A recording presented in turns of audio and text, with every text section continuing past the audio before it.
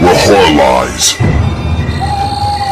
Hey guys, Rob from Georgia here with you.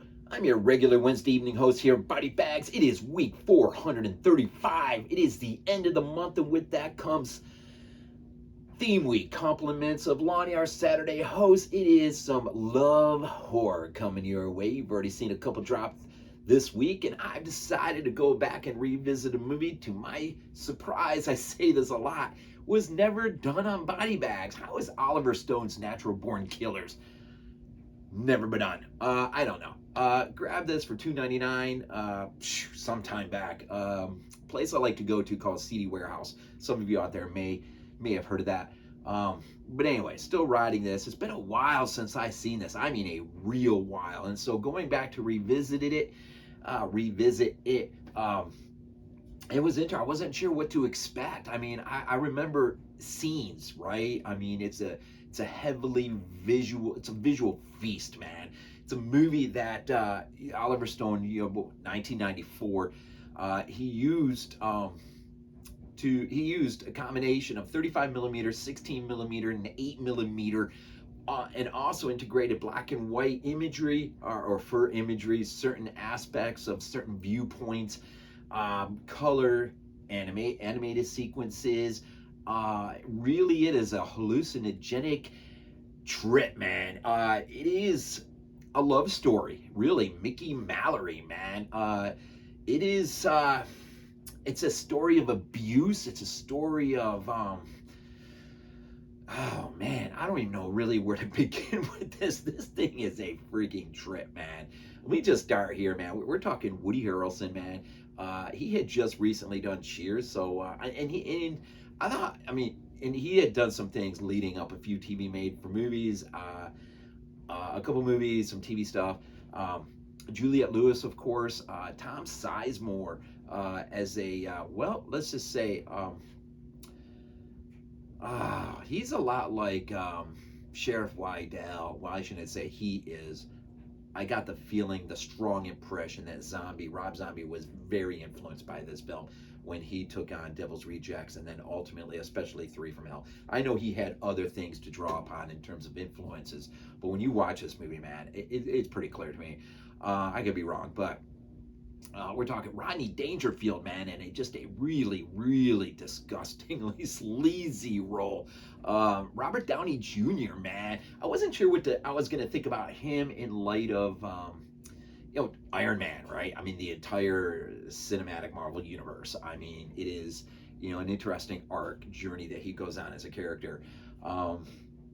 So I wasn't sure. So basically, the story does revolve around 2 lovers who really, Mickey, Woody Harrelson, saves Mallory from a life of abuse, sexual, verbal, physical. It's really pretty. You get this sort of weird scene where it's okay, everything. So because of the abuse and everything, Mallory sees and he sees, they see things a certain way, and which is not the same as most people because of the abuse. Mickey, he watched his dad commit suicide. He also was abused. And so, I mean, both of them have some serious amount of baggage they bring to the party, man.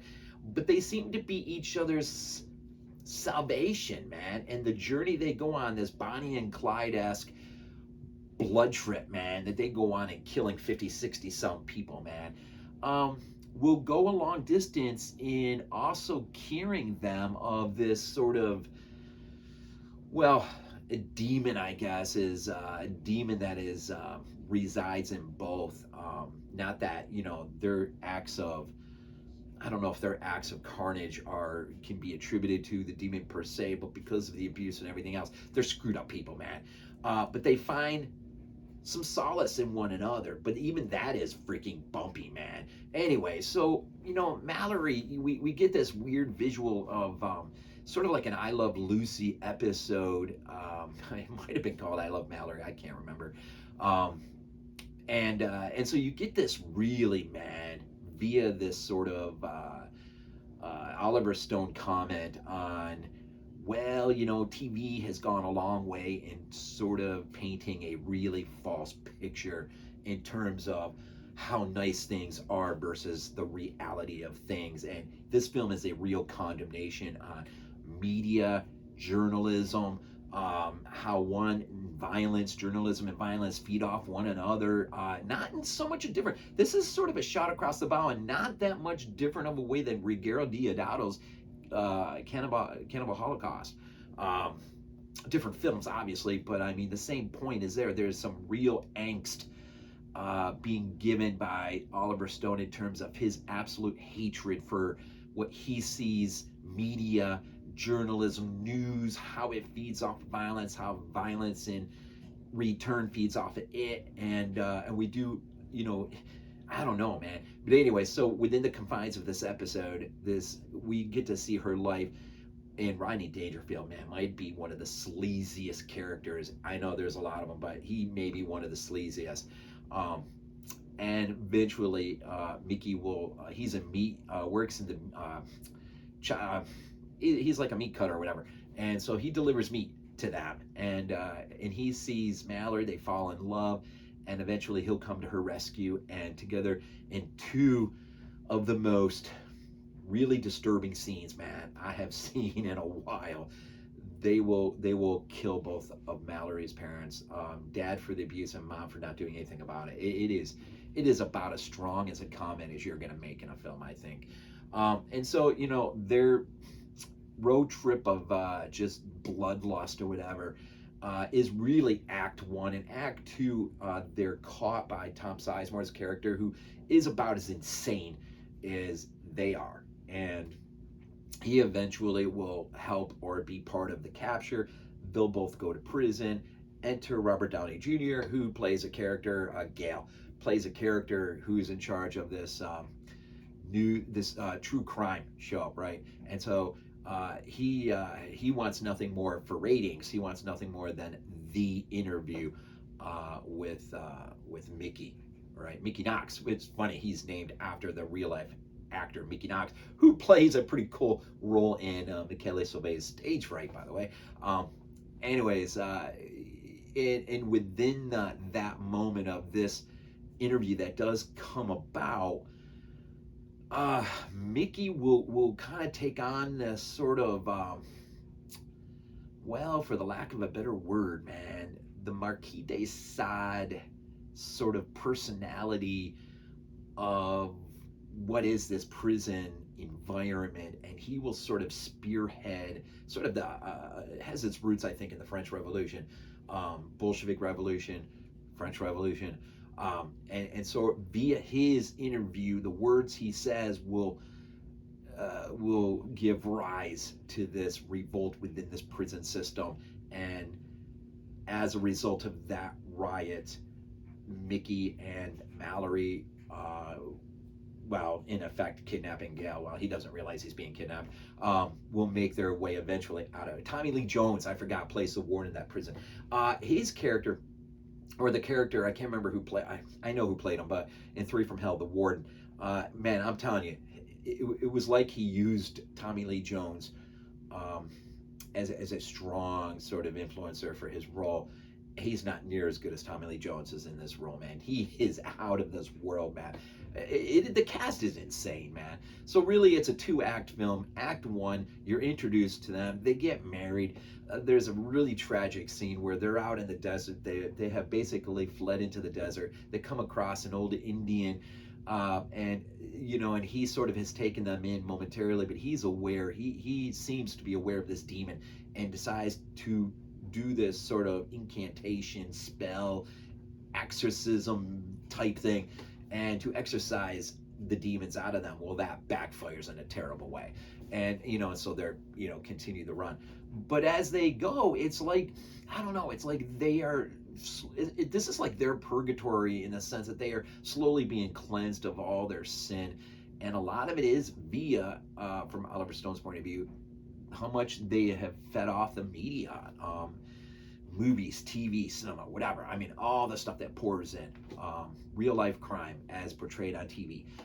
There's just so much in this movie to unpack. But one thing I do want to say real quick is the prison, the revolt. I'm telling you, Oliver Stone has read on the French Revolution. It's one of my hobbies. I've read quite a few books on the French Revolution, and I know when someone taps in and shows you something, I know they've read into. I know they've read deep into it. There is a scene in the midst of this riot, full on, man, where they take this poor guy. I think maybe he was a guard there in the prison, and they stuff him in an oven, man, and turn up the temperature and roast him alive in this oven.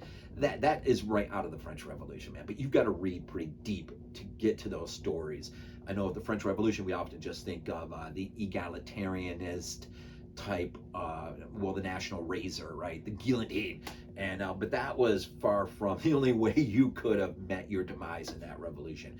And so there's a lot of, Oliver Stone just pours himself. But this is, at its heart, this is a love story that does have, depending on your point of view, a positive end. And with it, an opportunity to really reflect at that which we surround ourselves and consume, and how much it may be having an impact. This cycle of boredom, as Oliver Stone says it in his commentary track, which I'm going to say, man, if you don't, I don't know if they transferred the commentary onto Blue or not, but if you don't have this and you just happen to see this somewhere at a CD warehouse, a thrift store, whatever, definitely it's worth picking up.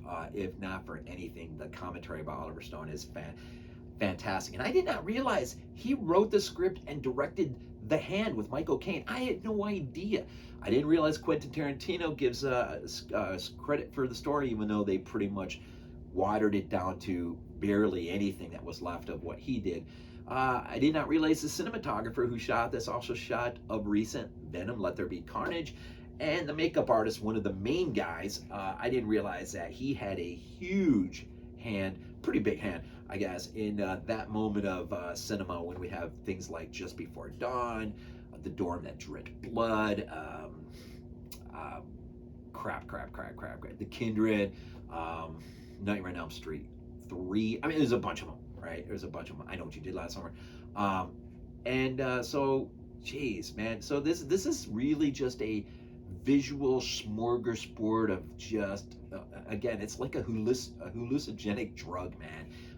It is a trip. It's a bad trip, but it's one where it has its sort of moment of sobriety at the end. It's kind of, and it's all really told. At the heart of it is this love story between Mickey and Mallory, who out of each other's own personal hell seem to have come together to become each other's salvation. It's a rough road to get there at the end, but eventually they do get there. And this really is, it's an interesting view of love and how love, at least within this paradigm, operates. It's interesting. So anyways, at week 435, as we conclude this month and move on with some love horror, we get into the next month, man. We got some Mondo Macabro coming your way. We got Video Nasties, I think, Volume 2, and a bunch of random weeks, man. Some good stuff coming your way. And so anyway, some Oliver Stone, some goodness from him, man. And again, man, I didn't realize how much Rob Zombie probably was influenced by this one. He's influenced by a lot of stuff. This one stands, man, at the forefront, I think, when you consider Rejects, but more maybe Three from Hell. This movie is insane, and the comment that it's trying to make is equally insane. So there you go. From week 435, love horror, a little story about Mickey and Mallory, and via some Woody Harrelson and Juliette Lewis, man, but a cast that is pretty heavy, and a movie that is just a trip, man. So anyways, close this thing out with Go Bills. This is not a dream. Not a dream.